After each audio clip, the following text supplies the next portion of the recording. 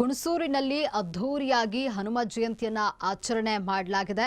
ಹನುಮ ಜಯಂತಿ ಪ್ರಯುಕ್ತವಾಗಿ ಬೃಹತ್ ಹನುಮನ ಮೆರವಣಿಗೆ ಮಾಡಲಾಗಿದೆ. ಹನುಮನಿಗೆ ಪುಷ್ಪಾರ್ಚನೆಯನ್ನ ಮಾಡುವ ಮೂಲಕವಾಗಿ ಮೆರವಣಿಗೆಗೆ ಚಾಲನೆ ನೀಡಲಾಗಿದೆ.